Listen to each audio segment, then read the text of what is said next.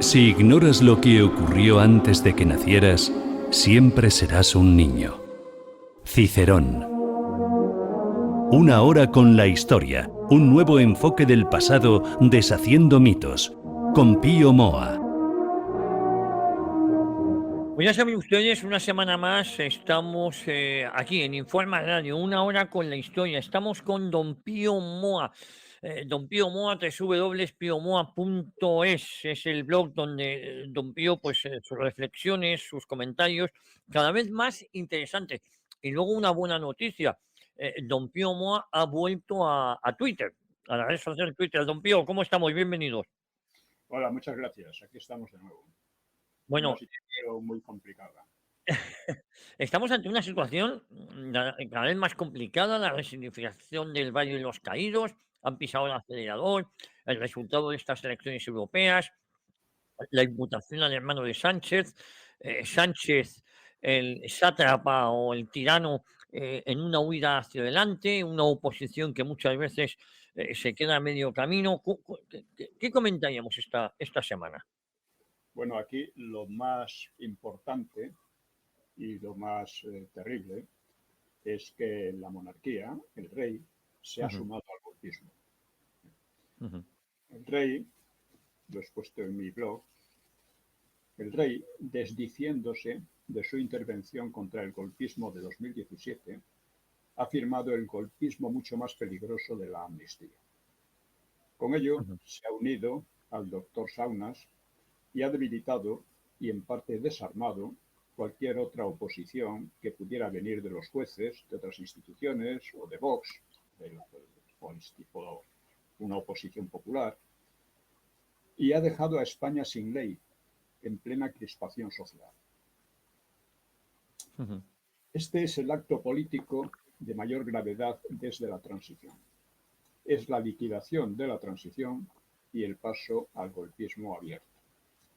Quizá Felipe VI piense que uniéndose a los golpistas salva la monarquía, Ujú. pero precisamente uno de los objetivos del doctor Saunas es liquidar la monarquía, la cual viene históricamente de Franco, algo que no puede borrar ni disimular ninguna ley y que nunca le perdonará el nuevo Frente Popular.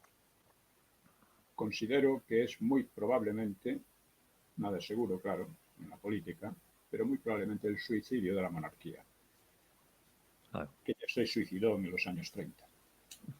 Este suicidio no tendría demasiada importancia si no comprometiera, además, la unidad nacional y la democracia. Si Felipe VI hubiera cumplido con su deber de defender a España y la democracia, rehusando firmar la amnistía, habría creado un conflicto institucional del mayor alcance, indudablemente, porque se dilucidaría entonces si el golpismo vencía o era derrotado. Casi seguramente los responsables de otras instituciones y la mayoría del pueblo respaldarían en ese caso al rey, como en 2017, y el golpismo fracasaría.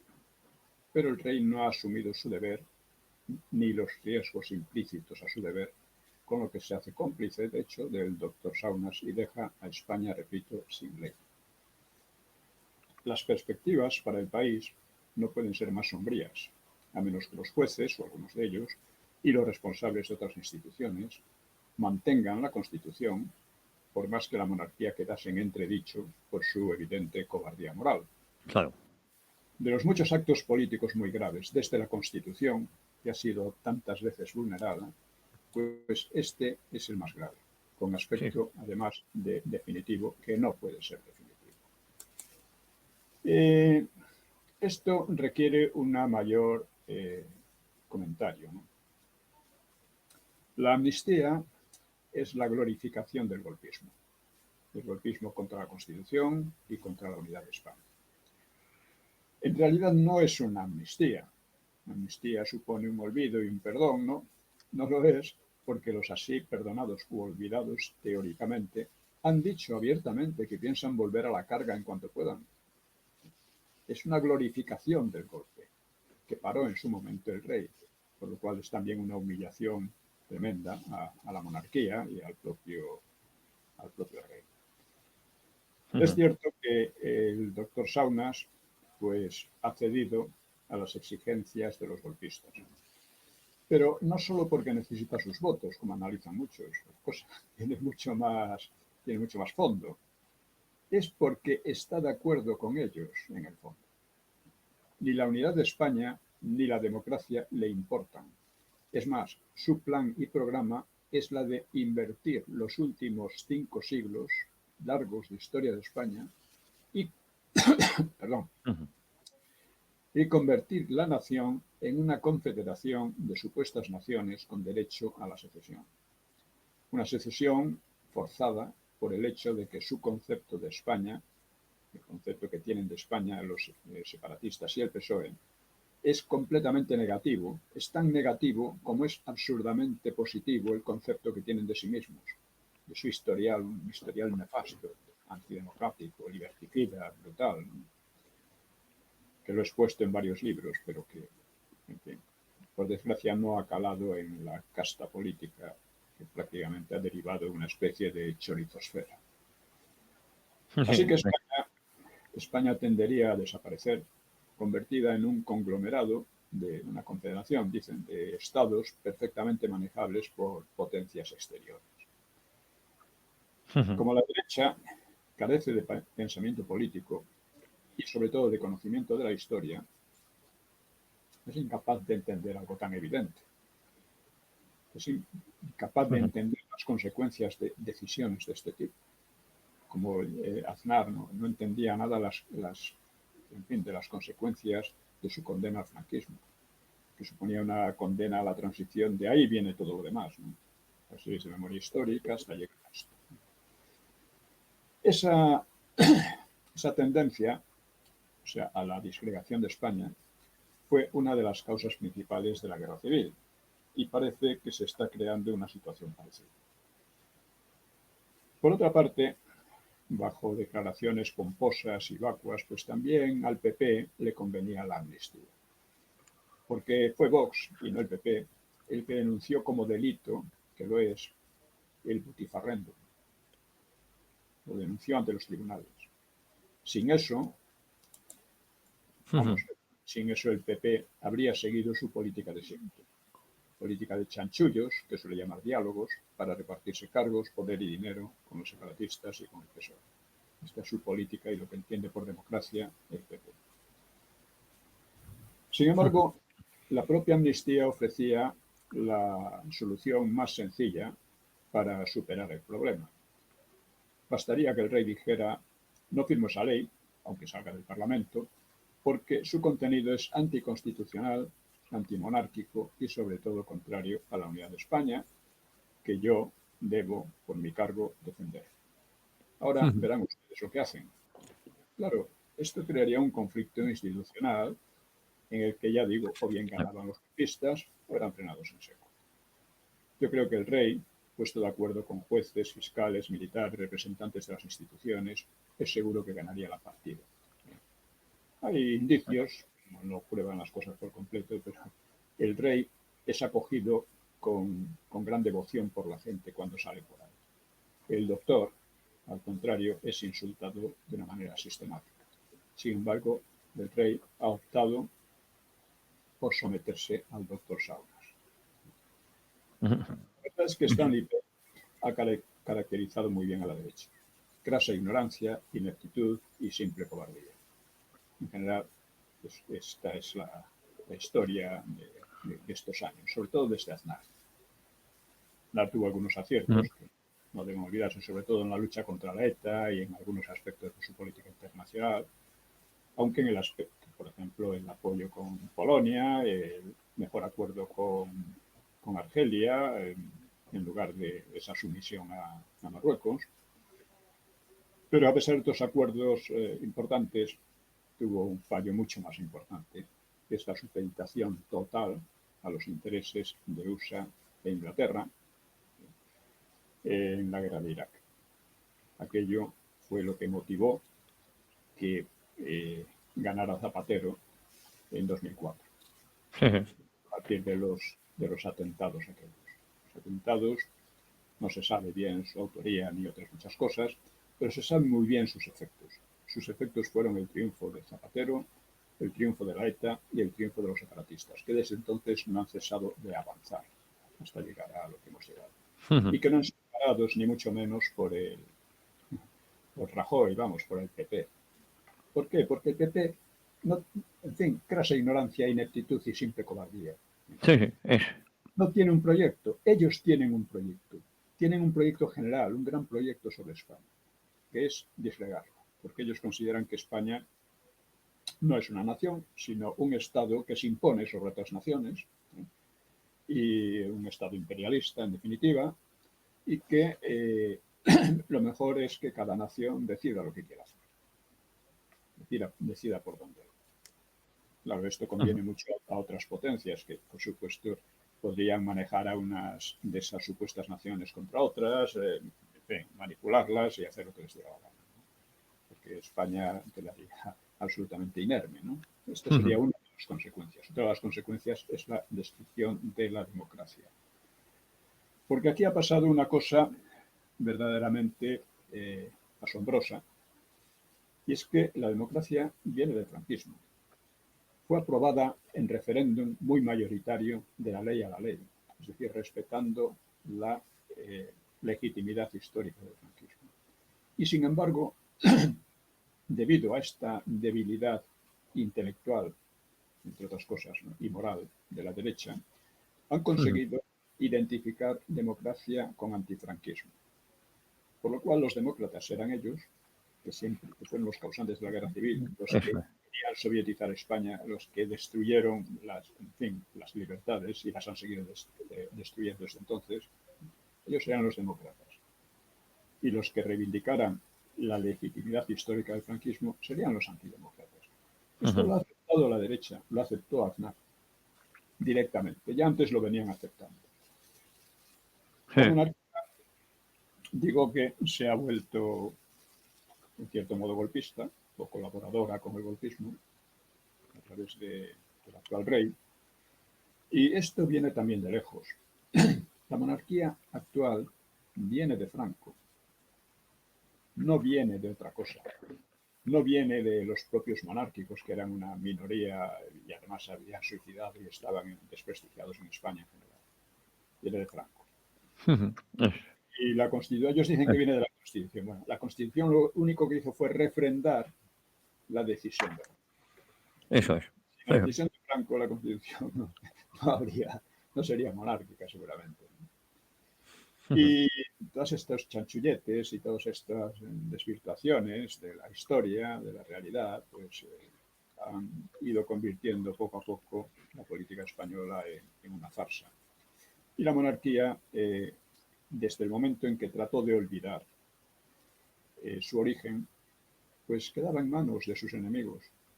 Los enemigos le podían recordar en cualquier momento: mire usted, a usted nadie lo ha elegido. Es decir, lo ha elegido alguien, lo ha elegido Franco. Franco, el genocida, el asesino, en fin, el que ha destruido la democracia en España, el que se levantó contra una república maravillosa, etcétera, etcétera, pues ese es el que le ha nombrado a usted. Y nosotros no tenemos por qué, claro, no se atreven a decir eso todavía, pero van por ese camino muy claramente. Y el rey, por desgracia, pues se ha sumado ahí. En un papel muy, muy peligroso, don Pío, además, porque yo creo que ya que firmó la ley de memoria histórica y democrática que le deslegitimiza, ahora con esto es la guinda, ¿no? Está en manos de gente que le puede echar en cualquier momento. Claro, las leyes de memoria son leyes que tratan de deslegitimar al franquismo. Al deslegitimar al franquismo, deslegitiman la corona, entre otras muchas cosas. La democracia, deslegitiman todo lo que ha venido en la transición. El referéndum del 76, lo deslegitiman todo. Pero la derecha en España es tan burda y tan nula que cree que la historia no cuenta para nada. Por eso aceptan cualquier cosa. Y el rey firmó esa ley. Esa ley pudo hacerse después de muchos años de ataque sistemático a la historia, al franquismo, etc. Y le hicieron en gran medida por el éxito de mi libro Los mitos de la guerra civil. Porque antes, no, o sea, es una ley que los desenmascara. Los desenmascara como totalitarios, como enemigos de las libertades y de la cultura. Porque evidentemente, si su versión de la historia fuera correcta, fuera sostenible, pues la habrían sostenido con un debate intelectual abierto y democrático, que es lo que pasa en cualquier otro país democrático, claro. Es lo que no pasa en países como la Cuba de Castro, ¿no? Y entonces, en aquel momento, ellos tenían ya ganada la partida cuando empezaron a aparecer mis libros que cambiaban por completamente la versión de la historia. Y que no podían ellos rebatir por la sencilla razón de que yo no me apoyaba en lo que dijeran las derechas de ellos, me apoyaba en lo que decían ellos mismos, Ellos mismos, claro. de lo que hacían, sus actos y tal. Claro, era un problema, ¿no? El problema, primero, pidieron abiertamente la censura, y ojo que el que empezó a pedir la censura en el país fue el democristiano Javier Tusell. Sí. Sí. Y luego, bueno, la pedían abiertamente, ¿no? Y claro, todavía no tienen fuerza suficiente para imponer esa ley del todo. La imponen en lo que pueden, aquí y allá y tal, pero no del todo, porque todavía queda algo de libertad de expresión. Pero es por donde van. Y la ley de memoria histórica, o sea, creaba la situación ya para abolir la monarquía, pero que no la pueden abolir de repente y decir, bueno, no, usted viene de Franco, así que usted vaya al exilio, ¿no? No. O le cortamos la cabeza, ¿no? Como decía alguno de estos individuos de Podemos o de por ahí, ¿no? No me acuerdo cómo se llamaba, uno comunista, que se cachondeaba de que, bueno, se podría hacer lo mismo que en Rusia, ¿no? Con la familia del zar. Sí, sí. Son cachondeos que si se crean las condiciones, dejan de ser cachondeos. Bueno, pues esto ha creado esas condiciones. Y esas condiciones han llevado al golpismo. Y el golpismo, el rey pudo haberlo parado, no se atrevió, al contrario, se ha convertido en cómplice. Hay además otro aspecto que siempre se olvida, y es que la fechoría peor del doctor Saunas ha sido la profanación de la tumba de Franco. Eso tiene un contenido simbólico enorme, pero no solo simbólico, sino programático. Esconde un programa consistente en destruir la herencia del franquismo.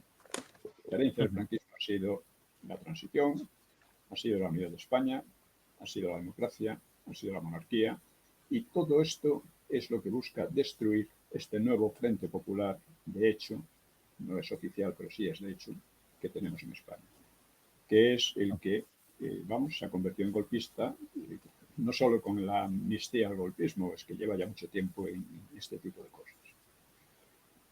Bueno,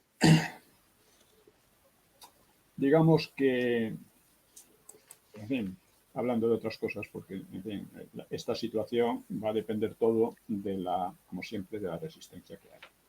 La resistencia estaba subiendo, Vox la representaba, era el único que la representaba, y vamos a ver si efectivamente esto se vuelve contra los golpistas.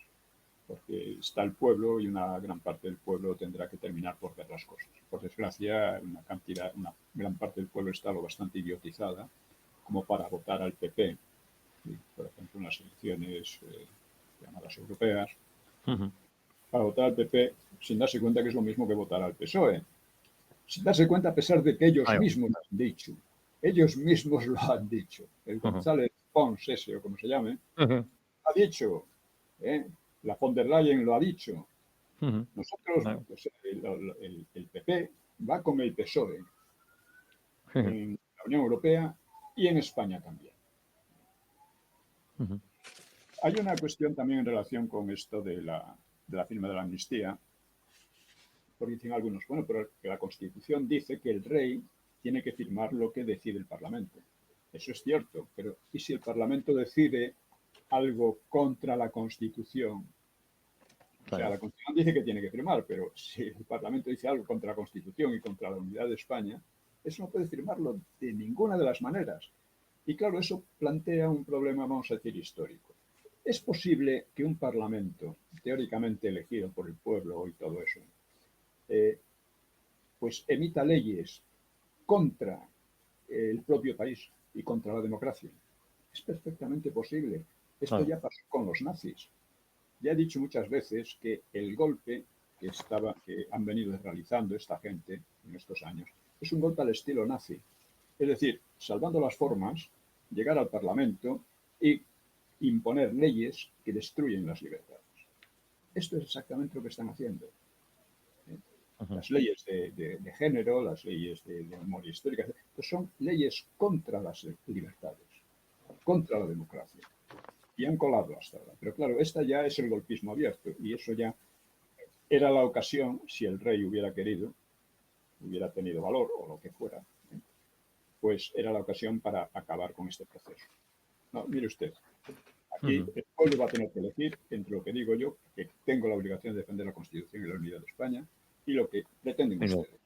ujú. Y, y yo creo que el pueblo, en fin, eh, defendería indudablemente lo que representaría en ese caso el rey, que actualmente no lo representa. Bueno, otras Ujú. cuestiones secundarias, pues veo que Abascal ha reclamado programáticamente Gibraltar como territorio español. Esto es muy importante. Es esencial, después de más de 4 décadas en que los gobiernos del PP y del PSOE hacían como que no se enteraban y se sometían a las políticas de Londres. Otra cuestión es la de Alvise. Con todos los Ujú. defectos que con mayor o menor razón se le achacan, Alvise es el único político, esperemos que sea solo el primero, que denuncia los planes de meter a España en una nueva guerra europea. Ujú. Una guerra que están planeando abiertamente las oligarquías de la Unión Europea, excepto Orbán. Ujú. Esto es, me parece que es esencial porque una cosa que también refleja la situación de la Unión Europea es que en las elecciones estas, la cuestión de la guerra, de la que están hablando todos abiertamente, es decir, no es que sea una cosa que disimulan, no, están hablando de eso, de hay que preparar la guerra. No haya entrado en la discusión de los partidos. Ningún partido que yo sepa ha dicho no a la guerra, no Claro. a esa guerra. ¿eh? Y Ujú. claro, eso implica, en fin, pues desenmascarar la demagogia con la que se nos lleva en esa dirección. Porque esta gente pues atribuye a Rusia intenciones de invadir la Unión Europea. Un argumento que suena demasiado parecido a las armas de destrucción masiva que atribuían Sí. a Irak, o, porque España tiene su experiencia también, al hundimiento del crucero Maine, El Maine. achacado a España para quedarse con Cuba, el Maine. ¿no? Ujú. Y los españoles no deben derramar su sangre por los intereses representados en Gibraltar, ¿no? Claro. Supuestamente son nuestros amigos y demás, y aliados. Por otra parte, en la guerra europea que planean los oligarcas de la Unión Europea, no se defiende ninguna democracia, como tampoco se defendían los casos de Irak, Afganistán, Siria o Libia, que han creado terribles guerras civiles, bueno, cientos de miles de muertos, etcétera, etcétera. Lo que se defiende es el nuevo totalitarismo LGTBI y climático. Ujú. Los españoles no deben derramar, insisto, su sangre por los intereses representados en Gibraltar y en los gobiernos LGTBI y de la estafa del cambio climático, que es la estafa más desvergonzada que uno puede imaginar. Esto lo ha explicado muy bien un autor, Ferrandis, Fernández, sí, sí. sobre el auténtico crimen que todo esto representa. Ujú. Falsificaciones sistemáticas. ¿No? Luego tenemos, aparte de eso, esas historias en la televisión teóricamente española y apartidista, cómo se informa sobre la pareja del doctor Saunas, el célebre Begoña, ¿no? Que fue ex contable, entre otros méritos, de los negocios de prostitución de su padre. Entonces presentan unas imágenes encantadoras de la chica sonriendo y tal, muy amiga de esto y del otro, ¿no? Bueno, ¿por qué lo hacen? Porque es una cuestión de solidaridad, porque esa televisión teóricamente española y apartidista es también un negocio de prostitución. Pues la prostitución no es información, no es nada, Ajá.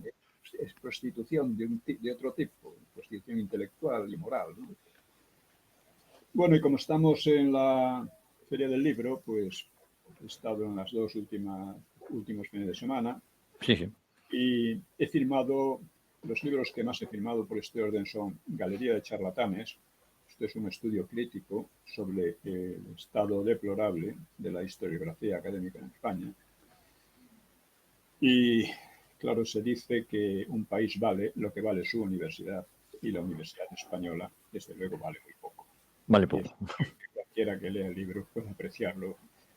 En fin, son cosas que ellos no han podido rebatir nunca, han tenido que recurrir a las leyes de memoria, desde la propia universidad. Ujú. El segundo libro más vendido fue Hegemonía Española y Comienzo de la Era Europea. Vendido, quiero decir, firmado. No sé cuántos habrá vendido. Ujú. Las firmas indican algo, ¿no? Pues que en este libro señalo dos cosas. Primero, que con sus descubrimientos y conquistas España descubrió no solo América, sino al mundo como conjunto, que es una cosa que casi siempre se olvida. El cruce del Atlántico y del Pacífico cambiaron la historia de la humanidad.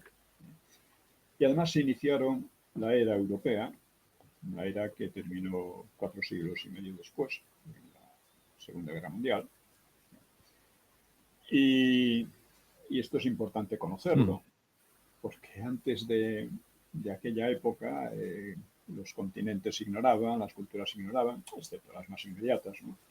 Por ejemplo, la cultura islámica y la cristiana estaban en guerra casi permanente. Y luego el tercer libro, pues es la Segunda Guerra Mundial y el fin de la era europea. Y esto me importa destacarlo porque no es un refrito más de estudio de los anglosajones, como son los libros que aquí se editan sobre la Segunda Guerra Mundial, sino que son un enfoque nuevo de un conflicto decisivo en la historia mundial, Ujú. porque lo encaro no solo como un choque entre potencias, que hay que encararlo como tal, porque fue un choque entre potencias, ¿no? Hay que explicar un poco las estrategias y las grandes estrategias que perseguían unos y otros. Sí. También fue un choque entre ideologías. Y estas ideologías tienen su origen en el siglo XVIII o de la Ilustración. Lo he explicado y ahora no queda tiempo para explicarlo más, ¿no? Y el cuarto libro ha sido De un tiempo y de un país, que es una historia personal de juventud entre el 69 y el 83, en mi época comunista, en el PCE, el Partido Comunista de Carrillo, la OMLE, la Ujú. Federación de Comunistas, y el PCR Grapo. Ujú. Como sobre este tema, por una parte se ha olvidado mucho esa época, se ha olvidado mucho, por muchas razones, ¿no?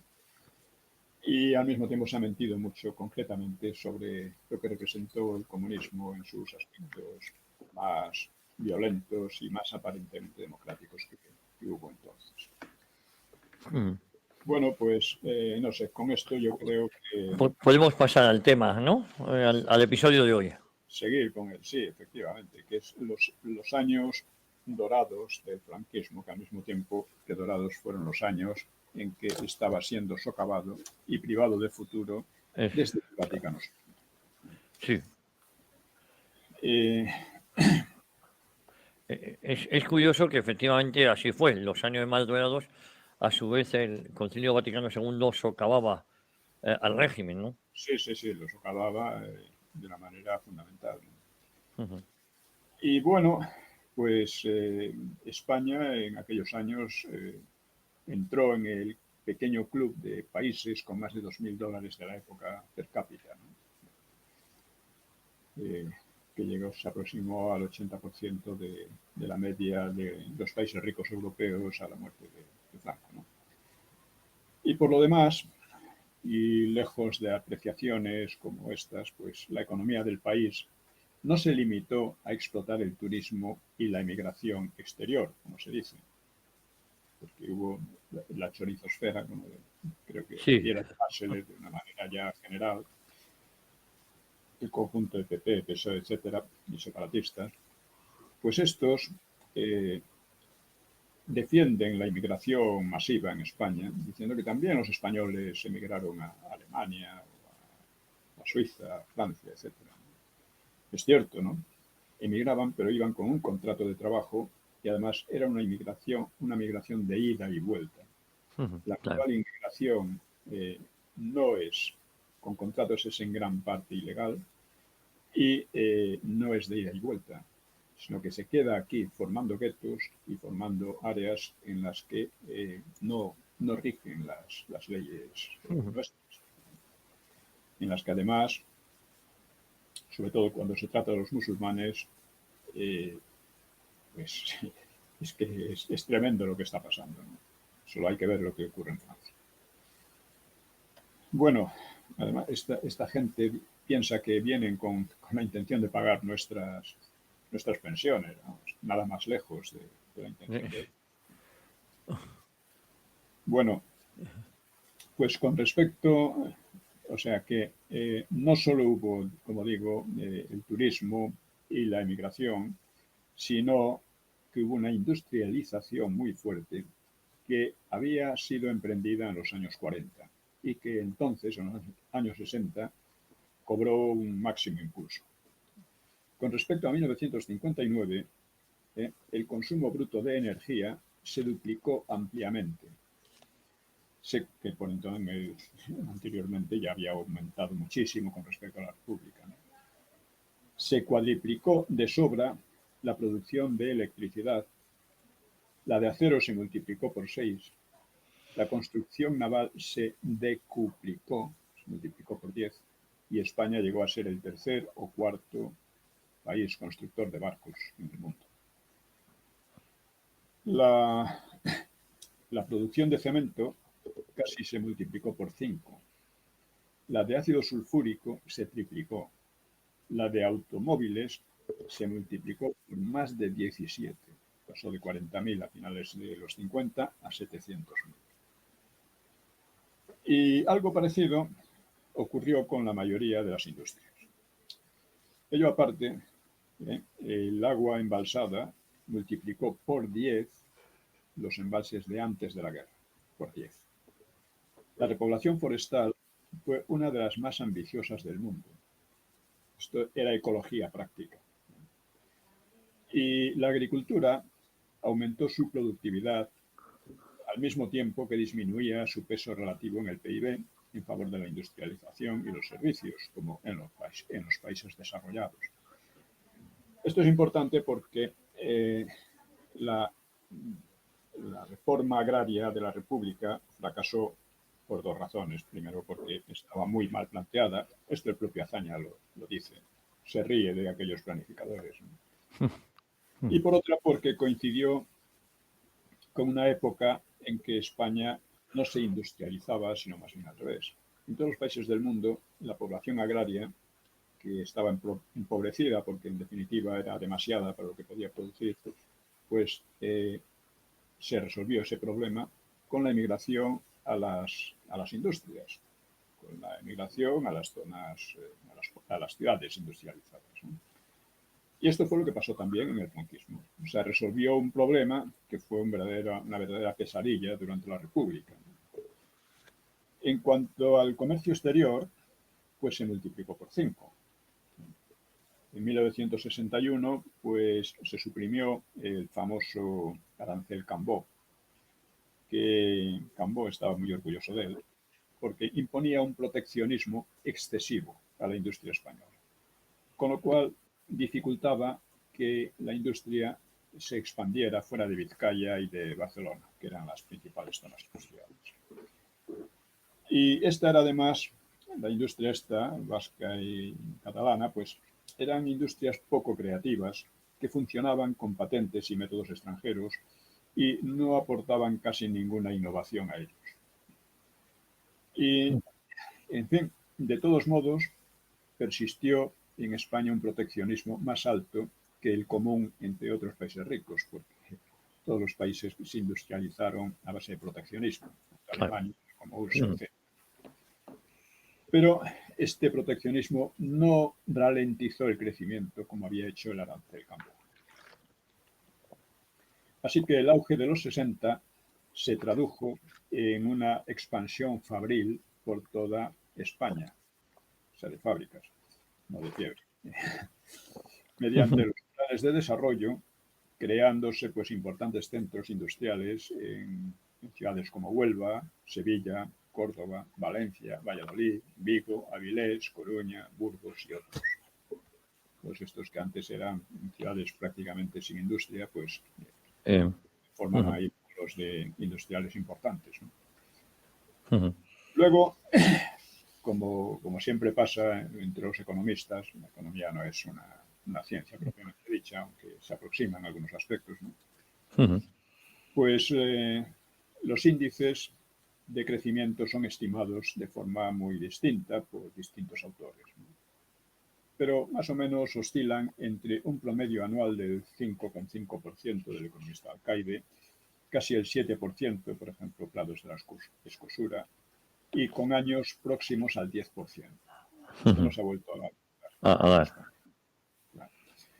Naturalmente, no faltaron efectos negativos, como la contaminación, la destrucción del paisaje por el turismo o las fábricas en algunos lugares, propicios urbanísticos, agresiones a los magníficos cascos antiguos de diversas ciudades, las incomodidades y el desarraigo ligados a las migraciones, desequilibrios entre sectores económicos y regiones, etc.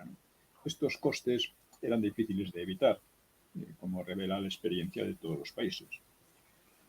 Un dato pues, conexo con esto pues, fue el aumento de la esperanza de vida al nacer, que en 1975, la muerte de Franco, figuraba entre las más altas del mundo, con 73 años, por encima de USA, por encima de la mayoría de los países de Europa Occidental y superada solo por Japón, Suecia y quizá alguno más. Este fue otro de los grandes éxitos del franquismo, de los que no se quiere hablar.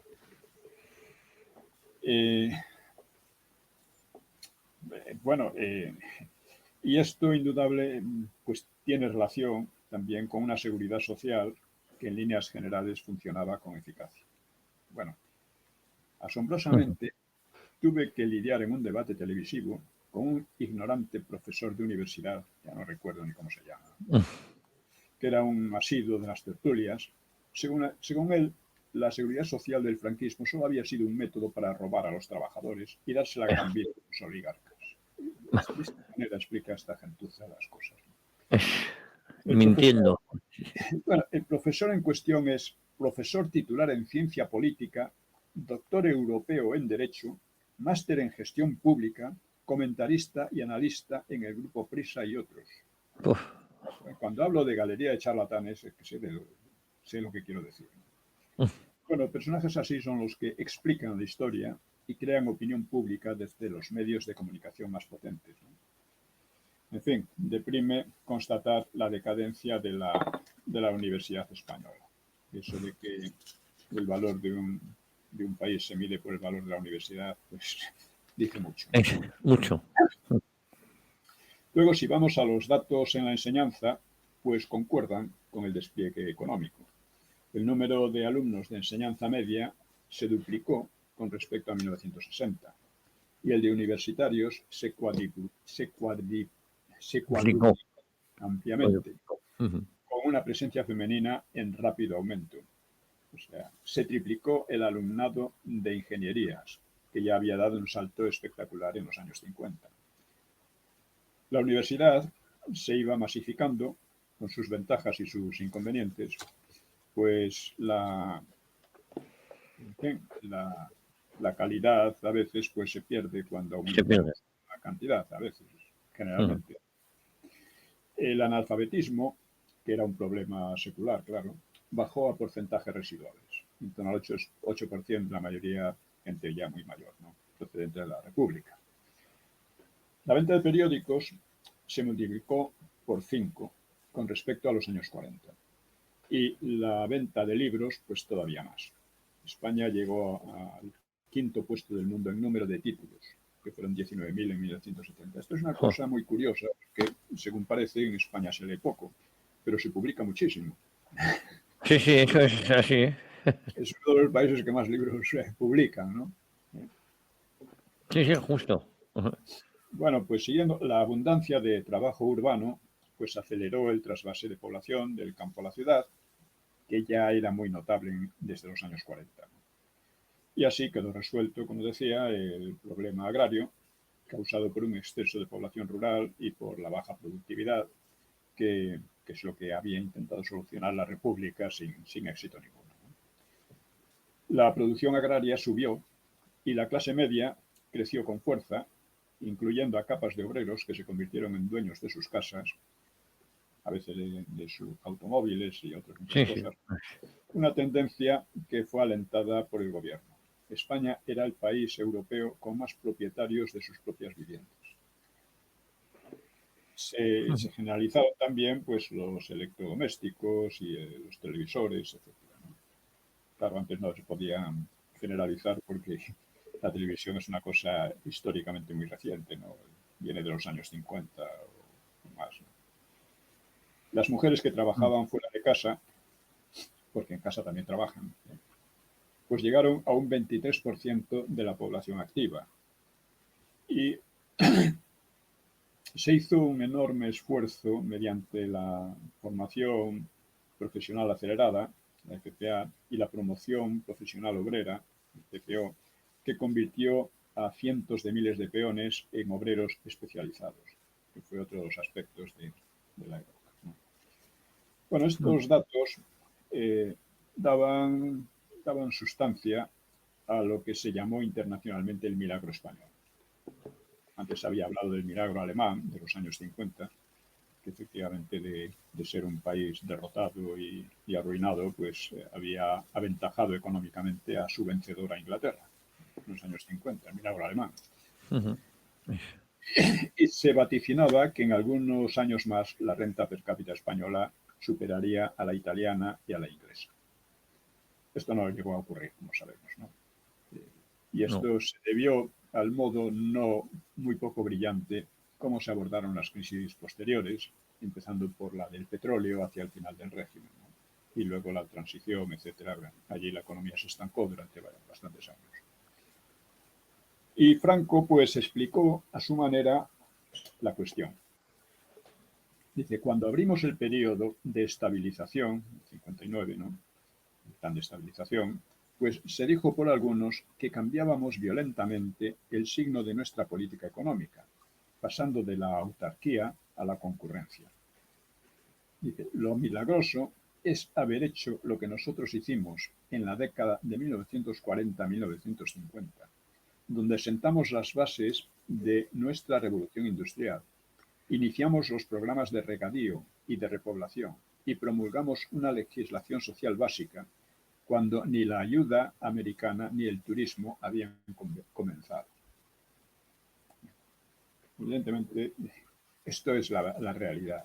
Y todas esas historietas, como la del profesor ese que he mencionado, pues, por desgracia, es la alfalfa que han estado proporcionando a la gente, ¿no? Estos años. ¿no? Bueno, la sociedad formada en aquellos años, pues, claro, distaba mucho ya de la que había vivido la guerra y de la que había superado los retos tan difíciles de la posguerra. En líneas generales, era mucho más rica, era también más culta, aunque no necesariamente más creativa. La producción cultural fue más abundante, pero posiblemente bajara en calidad y originalidad con respecto a la época anterior, de los años 40-50. Esto lo he dicho muchas veces, lo del páramo cultural. El páramo cultural eran ellos mismos los que decían eso. Eso es. El temor al comunismo o a alguna revolución totalitaria se había debilitado mucho, a pesar de la realidad exterior, la realidad que existía en Europa, ¿no? Yo recuerdo cuando tenía 17 años o 18, no me acuerdo, pues pues pasando por Alemania, por la cuenca del Ruhr y tal. O sea, la presencia constante de material militar, de anuncios que representaban un tanque y cosas así, y convoyes cada 2 por 3, ¿no? Que iban de aquí para allá, en las bases militares. Claro, aquello para un español era una cosa increíble, porque era una situación casi como que era verdad, ¿no? De posible guerra, de muy posible guerra. Al lado estaba el Pacto de Varsovia, Alemania estaba dividida en dos, etc. Eso en España, en cambio, se había creado una situación, a pesar de la Guerra Fría y todo eso, una psicología de que, bueno, que no pasaba nada, de que todo estaba bien, más o menos, ¿no? La mayoría de la gente.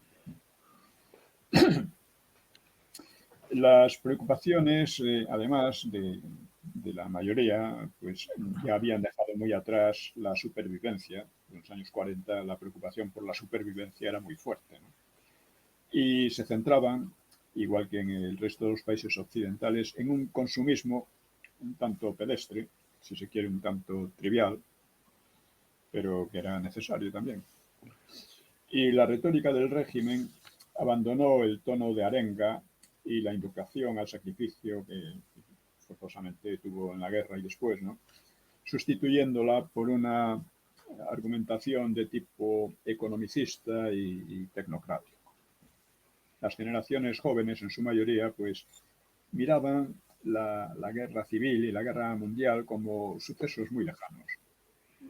Y además tenían de ellos una información muy escasa, muy fragmentaria y, y poco comprensible, ¿no? O sea, no, verdaderamente no se había asimilado la propia guerra civil, como no se ha asimilado realmente. Por eso hay estas leyes de memoria. Y también descendió la animosidad hacia los países eurooccidentales, conforme estos países desistían de procurar el aislamiento y la miseria de los españoles, como habían procurado en los años 40 y 50. Por otra parte, el éxito material de la CE, o sea, la Comunidad Económica Europea, o Mercado Común, ese éxito, junto con el de sus instituciones, en las que cabían partidos comunistas, excepto en Alemania Occidental, estaban prohibidos, porque estos partidos comunistas no parecían representar un peligro serio, aunque en Francia y sobre todo en Italia sí lo representaban. Pero esto hacía que muchos viesen en Europa, es decir, en lo que llamaban Europa la CE, como ahora la UE, que no son exactamente lo mismo. Europa es un concepto mucho más amplio y distinto, ¿no? Pues eso hacía que mucha gente viese en esa idea de Europa el mejor futuro para España. Esta era una idea que se iba extendiendo y que ahora iba extendiendo el propio régimen cuando trató de entrar en la CE, ¿no? Prematuramente. Bueno, pues el propio franquismo empujaba en esa dirección, haciendo propaganda europeísta, tanto por las relaciones comerciales y de todo tipo, que eran cada vez más estrechas, como por el carácter inicial, digamos, democristiano del europeísmo y por un resto confuso de europeísmo del nuevo orden hitleriano. A ver si nos explicamos. Es decir, la idea de la unificación europea después de la Guerra Mundial pues tuvo carácter al principio democristiano, luego se transformó en socialdemócrata y actualmente en LGTBI y todas esas cosas. Y climático y tal.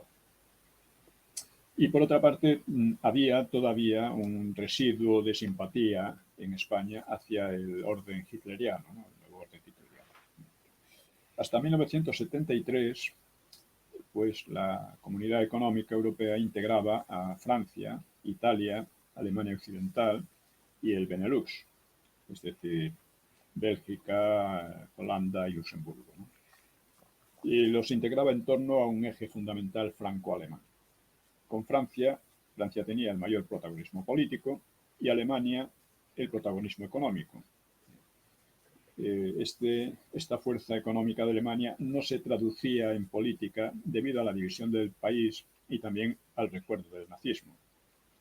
Obviamente, esto era o sea, la idea era que Francia sería el líder político y Alemania el líder económico.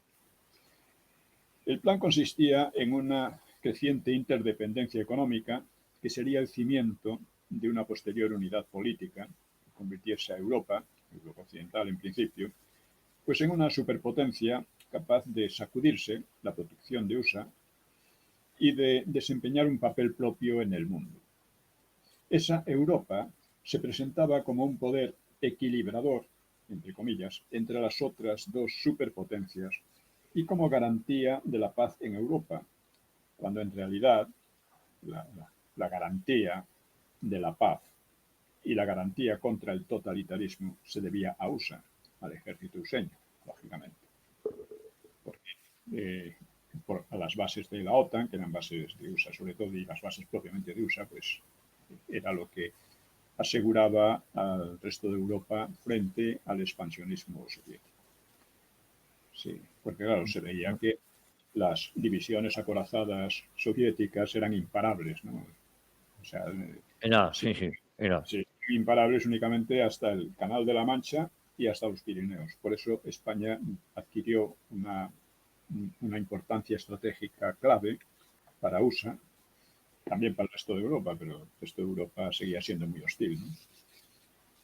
Y en fin, bueno,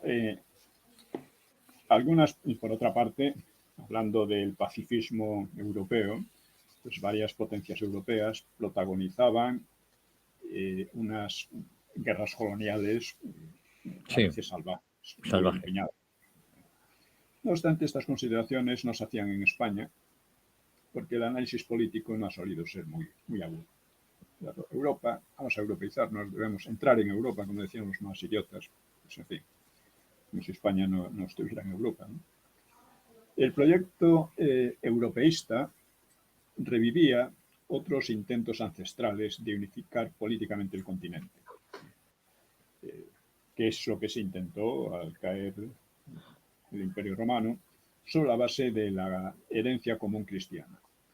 Pero en el siglo XX el cristianismo había retrocedido a manos de ideologías en general ateístas, paganas o socialdemócratas, y con el tiempo pues la CE evolucionaría a Unión Europea en 1993, adoptando un carácter, ya digo, socialdemócrata y en muchos casos anticristiano en las constituciones que se proponían entonces y que fueron rechazadas, no se hablaba del carácter cristiano de Europa.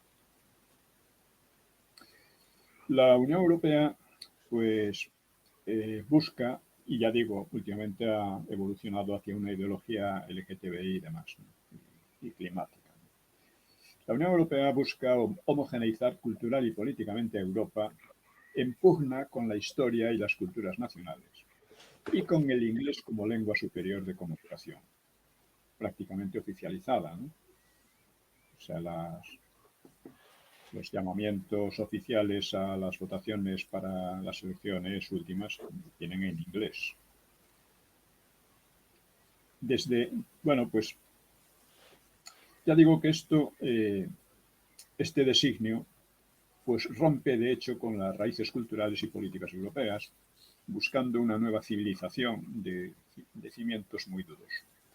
Desde la Alta Edad Media, o la época de supervivencia de Europa, el continente se dividió entre la Europa de las naciones, que el conjunto de naciones en el arco occidental desde la península ibérica a Escandinavia, y la Europa de los imperios en el centro y el este del continente.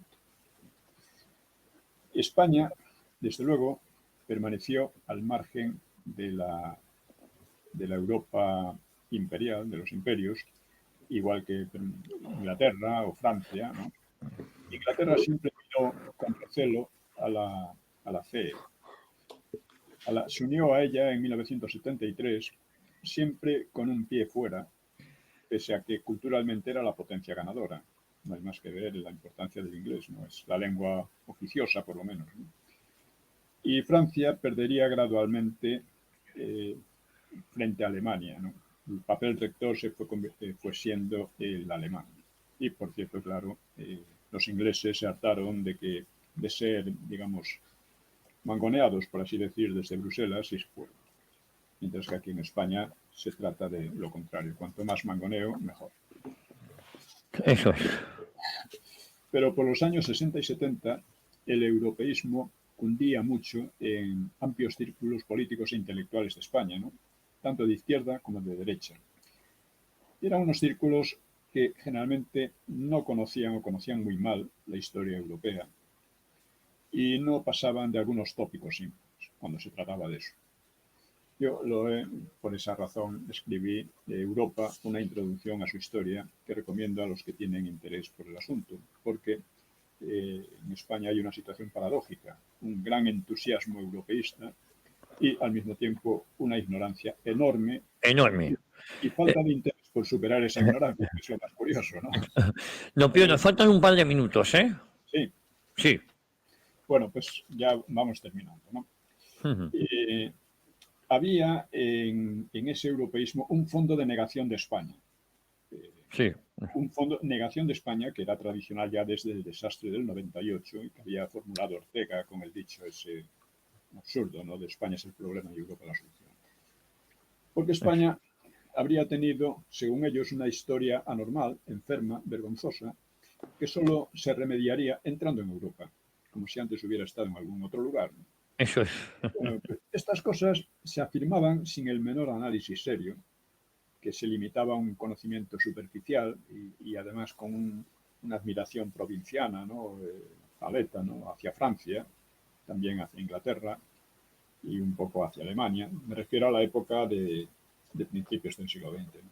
Bueno, pues estos tópicos que son inmunes a la experiencia, porque daba igual que la experiencia, ¿no? Las dos guerras mundiales y tal, daban igual. El entusiasmo era el mismo y la ignorancia la misma. Pues esto constituyen todavía hoy el trasfondo de muchas políticas, el trasfondo de los separatismos, etc. Porque claro, los separatismos piensan, si España es una historia enferma, vámonos de aquí. Bueno, pues yo creo que con esto podemos dejarlo ya para... Pues don Pío, lo dejamos, eso es. Le iba a comentar que lo dejamos aquí con la promesa de volver Dios mediante la próxima semana aquí a Informa Radio. 1 hora con la historia, don Pío. Un abrazo muy fuerte. Un abrazo para todos. Gracias.